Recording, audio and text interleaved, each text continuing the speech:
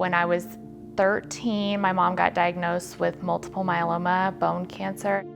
That's about the time I started drinking, when my mom was sick. I didn't really know how to deal with those emotions, and it was a lot easier just to kind of drink and check out of the situation. She passed away from that when I was 15. I was able to graduate high school, and I met my daughter's dad. And we just kind of, started drinking every day, and it just got worse and worse. And it was just a habit at the time. Didn't really realize it was anything that was a problem until it was too late.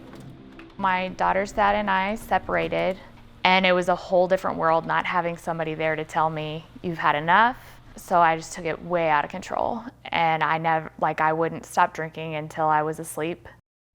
Mr. Diggory sobbed through most. Fall of 2017, my friend at work invited me to go with her to a single moms group. She had talked about it before. Morning at breakfast. So they would give index cards at single moms group, and you were supposed to write on one side what you wanted the prayer team to pray for yourself, and what you wanted them to pray for somebody else on the other side. And I wrote sobriety on both sides of it, because I knew that I needed to stop and that there was an issue, but I didn't even know where to begin, because just saying I'm done and putting the bottle down doesn't work. All right, Kyla, let's see if you can make it go. Becky is the leader of the single mom group. And I just asked her if there was somebody that could pray with me. I wasn't strong in my faith at all, didn't go to church as a kid.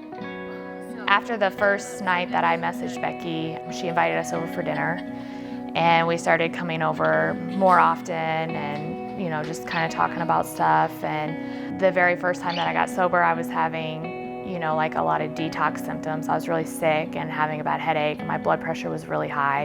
And I went to her house, and she let me be here and be sick, and fed Kylan, and, just helped me get through that. Right after Christmas, I was so proud that I had made it through Christmas and New Year's without drinking. And then right after New Year's, I relapsed and had a 3-day sequence that I don't remember any of. At some point during that 3-day blackout, I decided that I needed help. And 2 of the friends that I had made in the support group came over to my house, and I told them to call Becky to come pick Kylan up, and she did. It's a big thing to take on somebody else's child for a month, and she was, happy to do it. And I went to treatment. When I first got there, I didn't know what else to do but pray, because it was really scary, being away from my daughter and being away from everybody. I didn't know anybody there. You were allowed to leave campus on Sundays to go to church. It had to be inside Boonville city limits, and you had to find a ride. But I knew that the Crossing did live stream, and so I asked if I could have my phone for an hour on Sundays and be able to be with my church. It was a huge comfort, and I would get excited about Sundays coming. Like, oh, I get to watch it tomorrow. And there was a window in the room where I was at, and people would walk by and see me in there singing and dancing, like bopping along, because it was just like being there, It was like a reality away from where I was for a little bit. At some point, I realized that I couldn't do it on my own, and that it took turning my will and my life over to the care of God for me to be able to be successful and to stay sober. I wake up every day and pray.